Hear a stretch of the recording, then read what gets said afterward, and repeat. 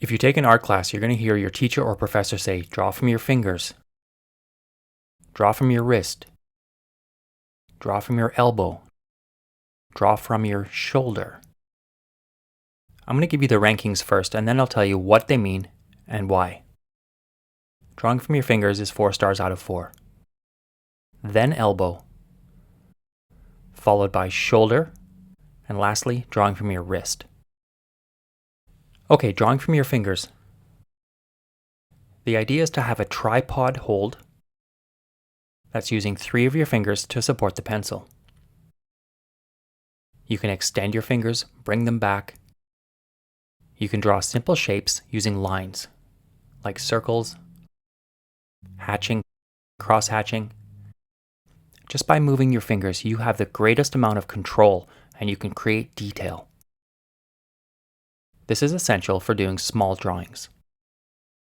Next, drawing from your elbow. When you draw from your elbow, you don't move your fingers or your wrist. All of the action comes from the bending of your elbow. Using the natural motion of your elbow as a pivot point, you can create long, confident lines. Also, if you change your grip to an overhand grip, kind of like holding a wand, but keeping your fingers and your wrist locked, you can create shading very easily. The shading is much more consistent when doing it this way. Those are the 2 methods I greatly prefer.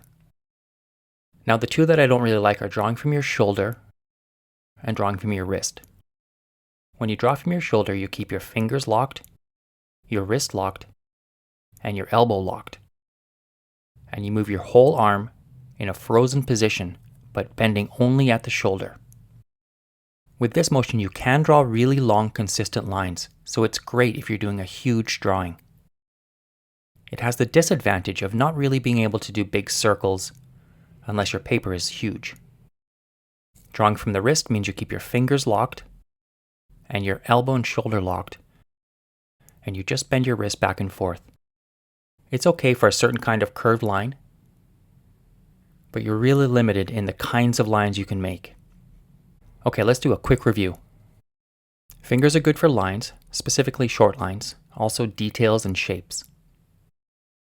Next, draw from your elbow for longer lines and for shading.